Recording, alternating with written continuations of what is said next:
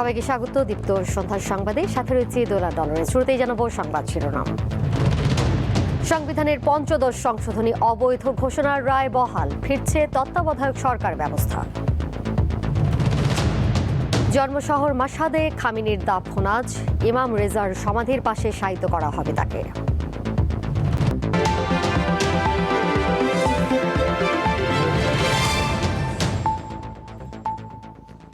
তত্ত্বাবধায়ক সরকার ব্যবস্থা বাতিল করে আনা সংবিধানের পঞ্চদশ সংশোধনী অবৈধ ঘোষণা করে হাইকোর্টের দেয়া রায় বহাল রেখেছে আপিল বিভাগ। বৃহস্পতিবার প্রধান বিচারপতির নেতৃত্বে গঠিত 4 বিচারপতির বেঞ্চ এ বিষয়ে করা আপিল খারিজ করে রায় দেয়। আইনজীবীরা বলছেন, এই রায়ের ফলে তত্ত্বাবধায়ক সরকার ব্যবস্থা ও গণভোট ফিরবে সংবিধানে। কোনো ধরনের বিতর্ক ছাড়াই দেশে বেশ কয়েকটি জাতীয় সংসদ নির্বাচন অনুষ্ঠিত হয় তত্ত্বাবধায়ক সরকারের অধীনে, কিন্তু তত্ত্বাবধায়ক সরকার ব্যবস্থা বাতিল করে রায় দেয় সুপ্রিম কোর্ট। ওই রায়ের আলোকে 2011 সালে নবম জাতীয় সংসদে পাশ হয় সংবিধানের পঞ্চদশ সংশোধনী। এর মাধ্যমে বাতিল করা হয় নির্দলীয় তত্ত্বাবধায়ক সরকার ব্যবস্থা। এছাড়া সংবিধানে আরও 54টি বিষয় সংযোজন বিয়োজন করা হয়। ওই সংশোধনীর পর সবচেয়ে বেশি বিতর্ক ওঠে তত্ত্বাবধায়ক সরকার ব্যবস্থা নিয়ে। মূলত এরপর থেকে জাতীয় নির্বাচনে প্রতিদ্বন্দ্বিতা কম দেখা যায়। পঞ্চদশ সংশোধনীর পর 2014 সালের জাতীয় সংসদ নির্বাচনে বিনা প্রতিদ্বন্দ্বিতায় 154 জন এমপি নির্বাচিত হন। এ নিয়ে দেশ ও বিদেশে সমালোচনা সৃষ্টি হয়। এক পর্যায়ে 2024 সালের রাজনৈতিক পট পরিবর্তনের পর পঞ্চদশ সংশোধনী বাতিল চেয়ে হাইকোর্টে 2টি রিট আবেদন করা হয়। শুনানি শেষে একই বছরের 17 ডিসেম্বর তত্ত্বাবধায়ক সরকার ব্যবস্থা পুনর্বহাল সহ 4টি বিষয়ে রায় দেয় হাইকোর্ট। ওই রায়ের বিরুদ্ধে করা আপিলের শুনানি বুধবার শেষ হয়। বৃহস্পতিবার সকালে আপিল বিভাগ রায় দেয়। রিটকারীর আইনজীবীরা জানান, সর্বোচ্চ আদালতের রায়ের ফলে তত্ত্বাবধায়ক সরকার ও গণভোট ফিরল সংবিধানে। তত্ত্বাবধায়ক সরকার ব্যবস্থা বাতিল করার বিধানগুলো বাতিল হয়েছে, তবে এখানে কিছু টেকনিক্যাল সমস্যা আছে, কারণ হাইকোর্টের রায় সবগুলো বিধান বাতিল হয়নি। কিছু কিছু বিধান আরও বাতিল করা প্রয়োজন ছিল, যেমন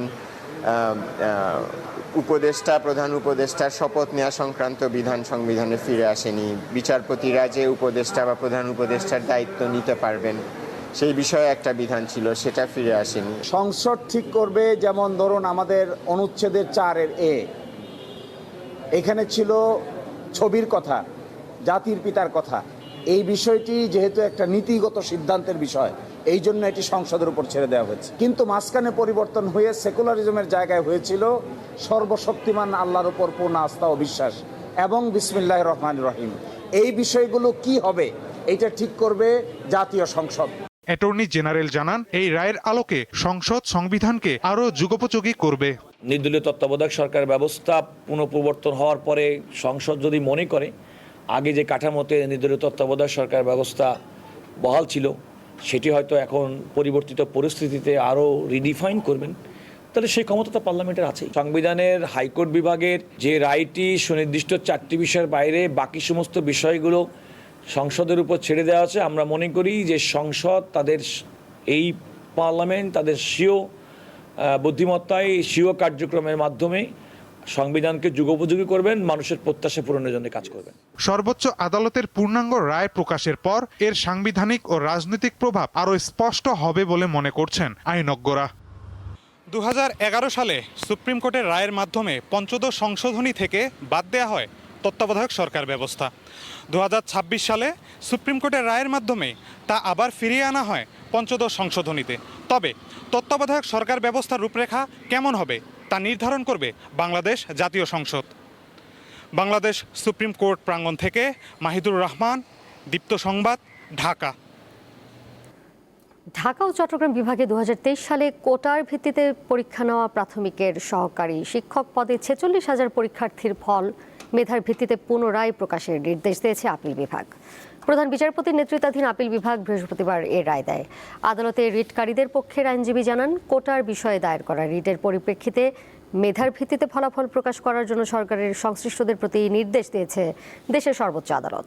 এর আগে 84% কোটার ভিত্তিতে প্রাথমিক বিদ্যালয়ের সহকারী শিক্ষকদের নিয়োগ ও পরীক্ষা এবং ফলাফল প্রকাশ করা হয়েছিল।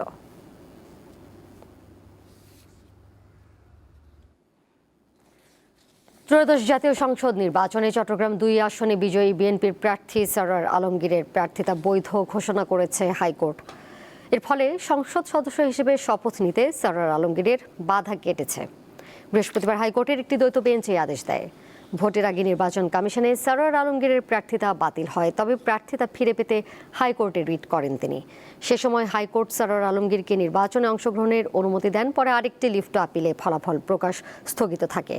এ কারণে 12 ফেব্রুয়ারির ভোটে জয় পেলেও সরওয়ার আলমগীর শপথ নিতে পারেননি।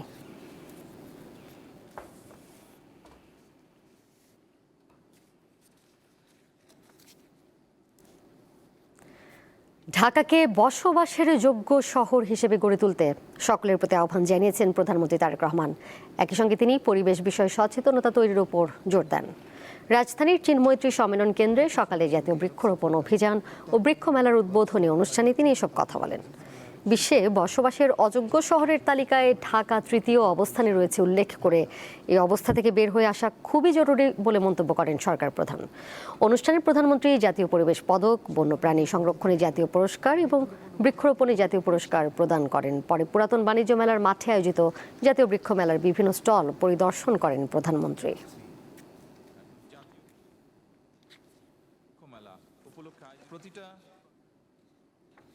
এই বনায়ন পশু পাখি, বিভিন্ন প্রাণী, কীট পতঙ্গের জন্য নিরাপদ বাসস্থান কিংবা প্রয়োজনীয় আহারের যোগান দিতে পারে কিনা, এটিও কিন্তু আমাদের চিন্তার মধ্যে থাকা প্রয়োজন। কারণ আমরা অনেক গাছ, অনেক কিছু কেটে ফেলার কারণে যেটি হচ্ছে সমস্যা, অনেক পোকামাকড়, অনেক কিছু কিন্তু বিলুপ্ত হয়ে যাচ্ছে, যেটাও পরিবেশের জন্য ক্ষতিকারক।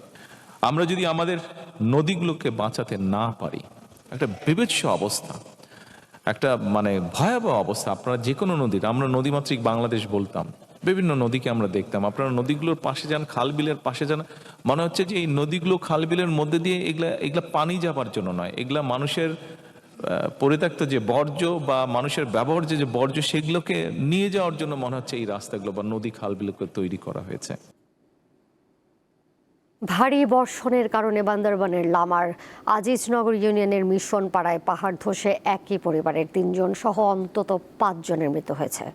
পুলিশের প্রত্যক্ষদর্শীরা জানান, ভোর আনুমানিক 4টার দিকে পাহাড় ধসে বসতঘরের উপর মাটি এসে পড়লে ঘুমন্ত অবস্থায় ইউনুস, তার স্ত্রী রানু আক্তার এবং তাদের 5 বছর বয়সী ছেলে সোলেমান মারা যায়। ভোর 5:30টার দিকে একই এলাকার আরেকটি পাহাড় ধসে মারা যান জুয়েল ও তার স্ত্রী কুলসুম আক্তার। পরে ফায়ার সার্ভিস ও পুলিশের সদস্যরা উদ্ধার অভিযান চালিয়ে 5 জনের মরদেহ উদ্ধার করেন। এছাড়া কক্সবাজারের চকরিয়ায় গতরাতে পাহাড় ধসে মৃত্যু হয়েছে 2 শিশুর।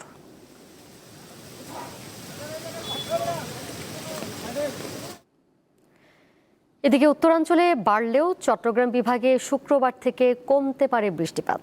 একই সঙ্গে ভূমিধসের জন্য সতর্কতা জারি করা হয়েছে। সকালে আবহাওয়া অফিসের পূর্বাভাসে এই তথ্য জানানো হয়। ভূমিধসের জন্য অবৈধভাবে পাহাড় কাটাকে দায়ী করেন আবহাওয়া কর্মকর্তারা। গত রাত থেকে শুধু দক্ষিণাঞ্চল না, আপনার উত্তরাঞ্চলে বৃষ্টি বেড়ে গেছে। বিশেষ করে আমরা যদি দেখি যে রংপুর ডিভিশনে অনেক জায়গায় ভারী বর্ষণ হয়েছে, রাজশাহীতেও অনেক জায়গায় ভারী বর্ষণ হয়েছে। হেভি রেইনফল মেন কারণ না, যে ল্যান্ডস্লাইডের কারণ, এর সাথে সাথে ভূমির টাক্সার একটা গুরুত্বপূর্ণ। যদি সয়েল টাক্সার যদি কোনো কারণে আমরা নষ্ট করে ফেলি, অথবা আমরা রোহিঙ্গা যে এলাকায় থাকে, বসবাস করে, ওই সব জায়গায় বেসিক্যালি যে আপনার পাহাড়ের যে ন্যাচারাল যে একটা ছিল, টাক্সার ছিল, কিন্তু ওই টাক্সারটা অনেকটা আমরা নষ্ট করে বলেছি। পটুয়াখালীর কুয়াকাটা সংলগ্ন বঙ্গোপসাগরে 3টি ট্রলার ডুবির ঘটনায় এখনও নিখোঁজ রয়েছেন 8 জেলে। বিষয়টি নিশ্চিত করেছে গলাচিপা ও কলাপাড়া মৎস্য অফিসের কর্মকর্তারা। বুধবার দুপুরে চরবিজয় সংলগ্ন সাগরে 6 জেলে নিয়ে ডুবে যাওয়া ট্রলারের সকল জেলের সন্ধান পাওয়া গেছে। পার্শ্ববর্তী অন্য ট্রলারের জেলেরা তাদের উদ্ধার করেন। তবে গত মঙ্গলবার বিকেলে 18 জেলে নিয়ে ডুবে যাওয়া এফবি মহিমা নামের ট্রলারটির 2 জেলে এখনও নিখোঁজ রয়েছেন। এছাড়া গত রবিবার 11 জেলে নিয়ে ডুবে যাওয়া ট্রলারটির 6 জেলের সন্ধান এখনও মেলেনি।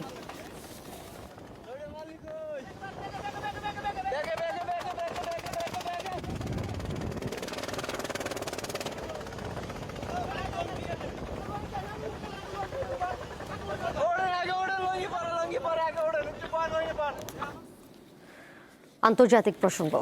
ইরানের সাবেক সর্বোচ্চ নেতা আয়াতুল্লাহ আলী খামেনির দাফনের সময় পেছানো হয়েছে। স্থানীয় সময় দুপুর 2:30টায় জন্ম শহর মাশহাদে চিরনিদ্রায় শায়িত করা হবে তাকে। আল জাজিরা এ তথ্য জানিয়েছে। খামেনিকে বিদায় জানাতে ইরাকের নাজাফ ও কারবালায় প্রত্যাশার চেয়ে বেশি জনসমাগমের কারণে সেখানে বুধবার জানাজার মিছিল বিলম্বিত হয়। এই কারণে দাফনের সময়ও পেছানো হয়েছে। গত শুক্রবার থেকে খামেনির জানাজা ও দাফন ঘিরে শুরু হয় সপ্তাহব্যাপী শোক অনুষ্ঠান। আজ মাশহাদে খামেনিকে দাফন করা হবে ইমাম রেজার সমাধির পাশে।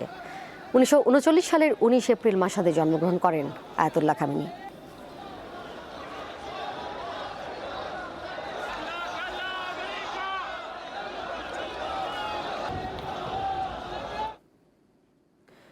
যুক্তরাষ্ট্র ইরানের মধ্যে উত্তেজনা আবারও তীব্র আকার ধারণ করেছে। ইরানের দক্ষিণাঞ্চলের বিভিন্ন স্থানে দ্বিতীয় দিনের মতো হামলা চালিয়েছে মার্কিন বাহিনী।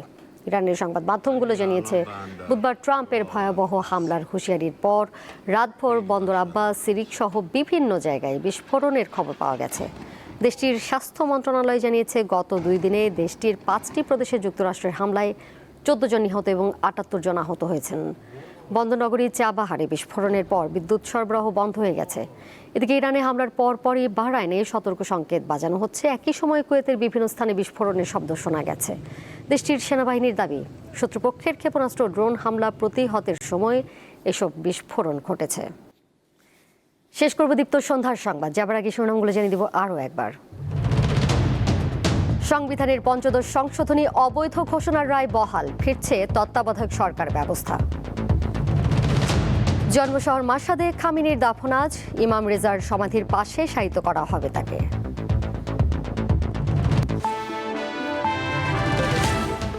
এই ছিল এখনকার মতো। পরের সংবাদ দেখবেন রাত 11টায়। এছাড়াও আরও তথ্য এবং বিনোদনের নানা খবরাখবর জানতে যুক্ত থাকুন দীপ্ত ডিজিটাল প্ল্যাটফর্মে। সবাইকে ধন্যবাদ এতক্ষণ সাথে থাকার জন্য।